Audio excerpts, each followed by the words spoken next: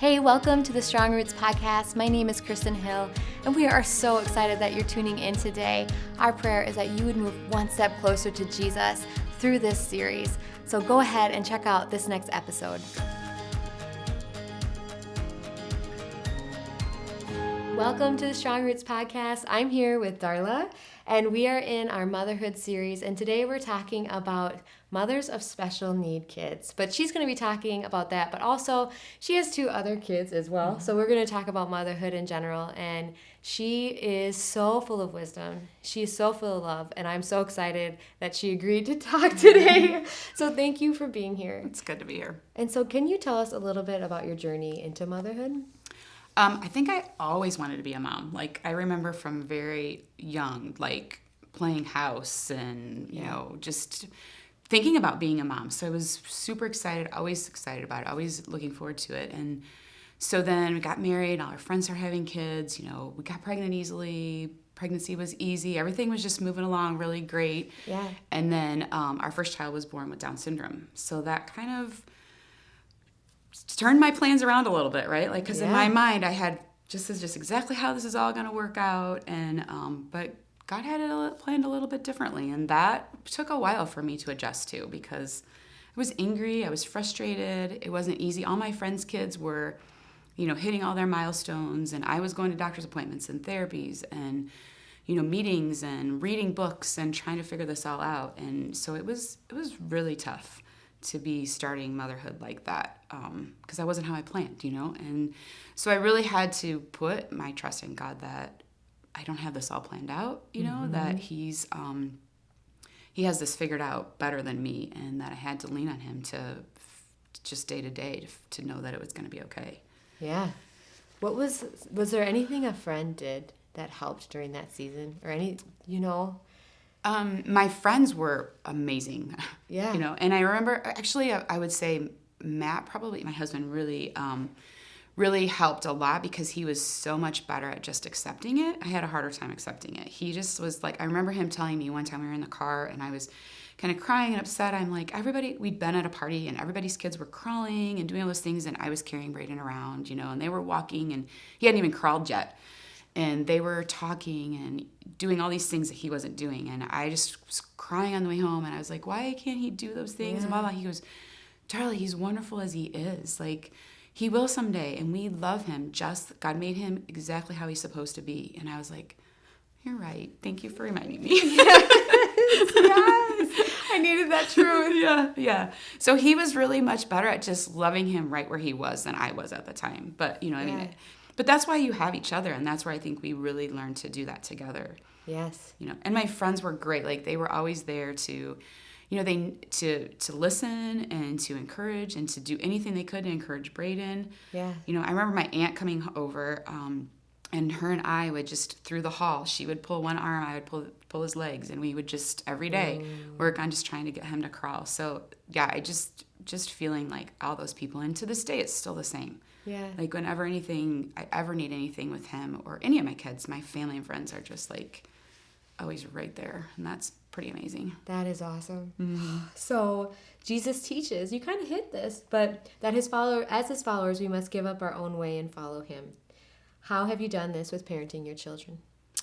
I remember very vividly, there's been several times that I would, especially when Brayden was younger, because there was so much pressure to do all these things and to try and understand what he was going through and what he needed from me. And then I wanted my other children. I had two other children, so parenting them as well, you know, and I would just be exhausted. And I remember being in my room just like on my knees, like, God, I can't do this anymore. I don't know what to do. You know, you created them. You love him. You love him more than I love him. Mm-hmm. But I can't do this, and I have to give him to you because I'm done. I can't do it. And I remember feeling like I'd cry and I'd do that, and I would just like turn to God, and then I'd be like, oh, I feel so much better. Yeah. Like, I just gave it to him, you know, like I can't do this. And then I'd go along and I'd think I could do it all again, you know, and then I would be like, Darla, you're so dumb. Remember how much better you felt when you gave it to God? And then I'd do it again, you know, I'd be like, okay, here I am again, God. Like, I need your help. I can't do this on my own. Yeah. And I remember that. And now I think it's interesting that I learned that so much with Brayden, but as he was little and growing up, but it made me better at doing that with my other kids. You know, because I think I turned to him quicker. Yeah. With them and the things that they're struggling with, especially now as they're getting older, you know. Then I've learned to turn to him quicker for my kids, you know, like, okay, God, I don't know how to help him. You know, I got my 18-year-old getting ready for college and lots of decisions he's trying to make right now. And, you know, so it's like, oh yeah, you know, boom, God, I can't do this. Just like I couldn't, you know, I had trouble with this 3-year-old kid with Down syndrome running all over the place. I still have trouble with an 18-year-old trying to make decisions for college. And God, you know better than I do. Yes. I've had a lot of women reach out to me with kids with special needs who are angry at God. Mm-hmm. What would you say to that? Or what, like, because I get a ton, like, I don't know why this is happening. Why would God allow this? Like, how would you answer that question to them? I felt that too. Yeah. Mm-hmm. And I think that one of the things that I had to really hold on to was some of the truths that God gives us, you know, that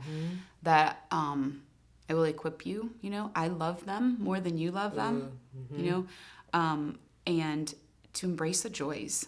Because I think we forget to look for those because we're so caught up in all this hard stuff. Yeah. Because there's a lot of hard stuff. So we become angry quickly. But if we can step back and see that there's those moments of joy, that's that extra smile or that extra hug that, you know, I still get from my 22-year-old, you know. He still thinks I am the greatest mom ever. Yes. My other kids maybe not so much. I love that. Yes. And, you know, I mean, I think, and I have to step back sometimes and remember that God is using him too. Yeah. It's not always about me. Yes. Yes, I can get angry that God's wanting me to do this and a little bit that it's hard. Yeah. But I also have found that I can step back and see that God's using him to, you know, help other people. Yeah. And when I do that, then I'm like, okay, yeah, I can't be so angry because he is impacting lives all the time. Yes. People come to me all the time and will say, you know, this happened or that happened and your son was part of that, you know, and it's like, okay, if I have to, you know, then that's not really the deal here. The deal is that God's using him. And so I get to be his mom while he's blessing other people. So that's kind of cool. Then. And that's the goal of parenting, right? To send them off to go and do God's work. Mm-hmm. How cool is that? Yeah, yeah. So I think we don't always see it as clearly, but it's happening. You know, they're touching lives in different ways that we don't even know. Absolutely. Mm-hmm. So have there been any misconceptions or untruths that you have had to replace with God's truth and promises? Probably that I'm not enough, that I'm not good enough, that the anger, you know, that this isn't fair, with the truth that, you know, God is enough, and when I'm not enough, he's enough. Yes. And even the truth of, you know, he knit him together. Yeah. Like he knew exactly, and he knows exactly the plan he has for him. Mm-hmm. You know, and so I have to sit back and trust that, you know, God is so much bigger than me and Down syndrome, you know, for me, or any kind of special need or whatever, but God's bigger than that. And he doesn't make mistakes. No. And it's like kind of good to know, like, if I planned it all out, how I'd make it work, it would be such a mess. I agree. Mine too. But I think sometimes it'd be pretty good, but then I think back, I'm like, no way. Like, God's plan is perfect. And how important is it to look back? Because if we just look forward, I think we can forget that his plans are better than our own. Oh, for sure.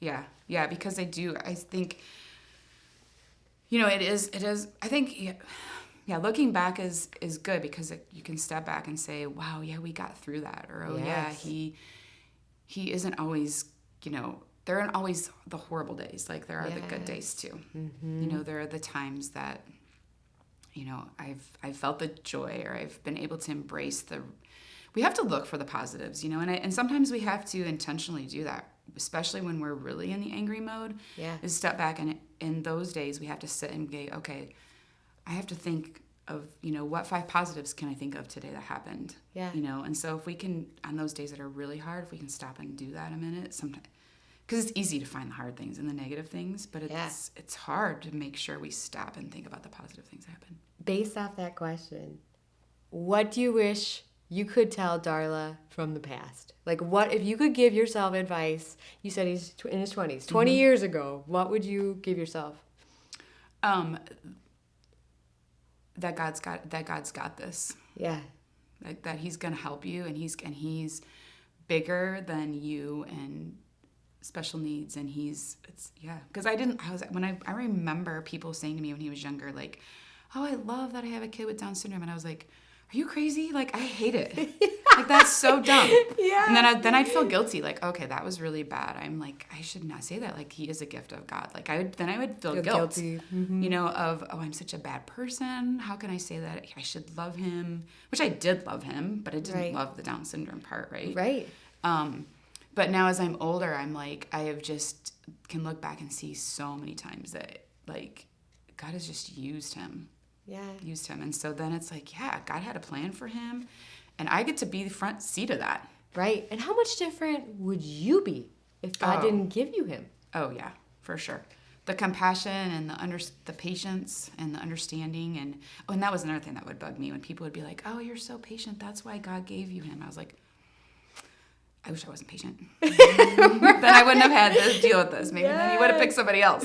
Yes. So that would kind of, but now I see, like, okay, when I did need the patience, God gave it to me. When I needed it. Maybe this is really random, but what are things people shouldn't say? And I know there's probably a myriad, but, like, what is something you're like, don't ever say this. It's not helpful. Well, I know, like, when he was first born, somebody said, oh, I'm so sorry. And I was like, oh. And again, I don't think they genuinely were caring for us. Yeah. But it was like, we have this beautiful baby. Yeah, it's hard, but, there was some people asked us, well, are you going to have any more children? And we're like, absolutely. Yes, yes. This isn't going to stop us from having more children. Little things like that, or just expectations people had that, that I was supposed to do or supposed to follow. And then that was hard. Because you're like, am I supposed to? Right. Mm-hmm. Instead of just, it's day by day with God. Yeah. What God's calling you to do may look completely different than what he's calling another woman in a similar situation. Yeah. Mm-hmm. And I think it messes with us when we try to build our own standard. I know. Right? It's all messed up, yeah. Yes. Yeah. So how have you experienced God's unconditional love as a mother? And what are your greatest joys?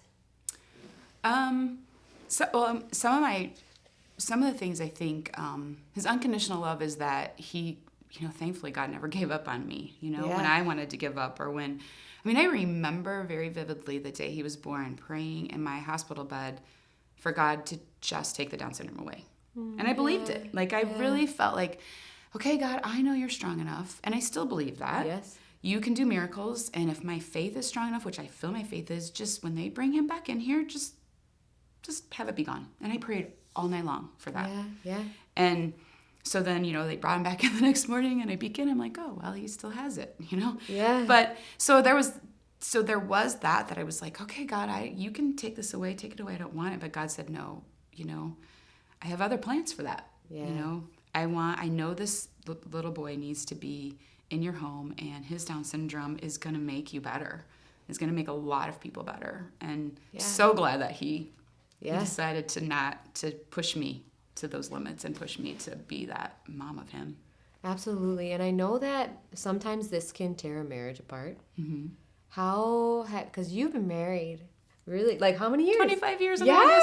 August. So this is one of my last questions, but, like, how? Like, how has it made you guys stronger? Like, how did you overcome this together? I think because we had to do it together. Mm-hmm. Sometimes we can get in our, being the mom and being the dad and doing your job and doing that, which we had to do all that, but we had to figure out how to parent him together because I couldn't do it by myself. Right. There were days, I remember calling Matt and saying, he will be sitting on the front porch when you get home because I'm done. Yes. But that happens with all my kids. Yes.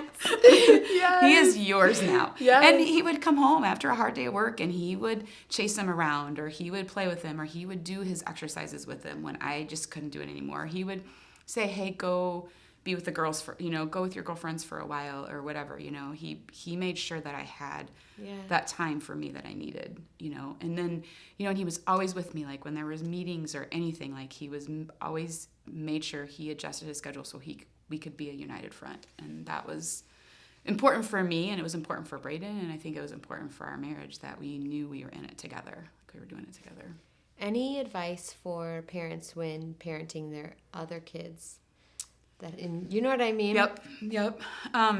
My other kids, I have to remember to, because sometimes we expect a lot of them, like, you know, you have to just let your brother sit there because we don't need a scene right now, or, you know, just ignore him if he's bugging you, you know, or your friends are all here and he wants to hang out, you know, just let him be there for a while. And my kids have been awesome with that. Yeah. But I also have to remember that there's times where I have to understand that they need a break too, you know, and so, okay, you know, I'll take your brother. You don't have to take him with you, you know, or whatever. So, but they, you know, they've, I feel like it's really been a great thing for them too, because they've learned to be more understanding and more compassionate. They've learned to see things in other people that I think they wouldn't see if it wasn't for having a brother with special needs. Like they see when somebody's kind of maybe hurting or how they're being impacted by something, because you know, they see that. But yeah, so I think the most important thing is and letting them know I appreciate that that some of what they go through. I remember one time someone asking Nolan about having a brother with Down syndrome, and I kind of asked him like if he had any questions about it, or you know, as he was getting older or whatever, and he's like, it's just how God made him. And I was like, okay. Yes. I was all ready for like this big like conversation about what Down syndrome is and how, and he was just like, I'm like, do you have any questions? And he's like, it's just how God made him. Right. But then Ava, she wanted me to come in and do a whole thing with her class, and she wanted to bring pictures. You know, she wanted, so each child, you have to see how they handle it differently. Yeah. You know, Nolan was just like, this is just who he is. Like, not a big deal. Yep. Which is kind of a funny story. They've always shared a room. Really? And just recently, we moved Nolan out of the room. And I thought Braden would have maybe a hard time with that because Nolan's his buddy. Yeah. And about a week after Nolan moved down in the basement, he came upstairs like, Mom, have you seen my I forget what he was asking for. And we go in his room, and Braden had moved him into the closet. He'd taken all Nolan's trophies, all Nolan's stuff, and it was in the closet. Really? So I think he kind of moved him out. That's so cute. Without ever saying anything. He just was like, hey, this is my room now. Oh, so he was excited. He was ready. I was all worried about him adjusting to it, and he had no problem moving his brother out of his room. Isn't that funny how we can project things onto our kids that they're like, Mom, I'm actually excited. Yes, that's so good. And I think I hear you saying, take the time to get to know each of your kids. Yes. And ask them the good questions. Yeah. And you're a really good question asker. Yeah. But I think that's such great advice. And we pray, you know, I mean, reminding them all the time, you know, that is part of God's plan, and that they have to turn to God. And I think we try and model that for them too, you know, like if I have a big meeting for Braden, I'll ask the whole family, can you guys all pray? Like, this is tough but I do it for all of them, you know, hey, this is a tough thing, you know, we're going through, or I'm going through, you know, I asked them to pray for me today, you know, to come talk about this, you know, so I think that we've all done that with whatever's gone on, I think, because we've known from very, very early that we just had to give it to God to help us through it. What a blessing. Mm-hmm. Thank you so much. You're welcome. This was so good. And thank you guys for tuning in. I want to challenge you guys, if you have a special needs kids or not, because we're all in this together. She suggested an awesome Bible plan. It's called God's Got This, Extra Special Parenting. So if you're looking to, answer those deep questions, learn how to parent extra special kids, that is a great plan to do. And we thank you so much for tuning in, and we cannot wait to catch you next time. If you enjoyed today's episode, make sure to follow us on our other social media platforms. We don't want you to miss out on any future content. Thank you so much again, guys. I hope you have a great day. And I want you to know I am personally praying that your roots stay strong.